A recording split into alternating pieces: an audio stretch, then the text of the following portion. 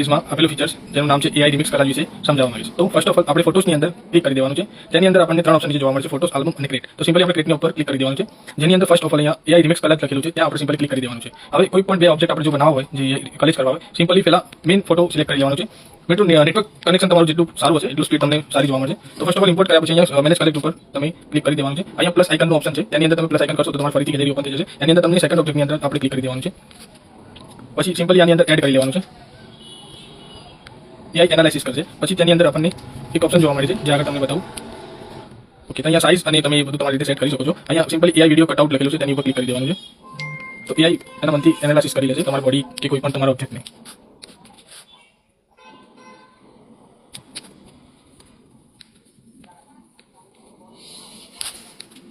Okay, તો મિત્રો cutout થઈ ગયું છે. હવે આની તમે સાઇઝ લેન્થ તમે તમારા હિસાબથી એડજસ્ટ કરી શકો છો. અને આની અંદર નીચે ઓપ્શન આપેલા છે, ડાયનામિક માર્કરની ઓપ્શન છે, જેને તમે અલગ અલગ ક્રિએટિવિટી કરી શકો છો. એવા કેટલાક ઓપ્શન છે અને તે સાથે સાથે તેમાં તમે કલર પણ ચેન્જ કરી શકો છો. માની લો હું અહીંયા ગ્રીન કલર ટાઈપ લઈ લઉં છું અને એની લેન્થ પણ એડજસ્ટ કરી શકું છું.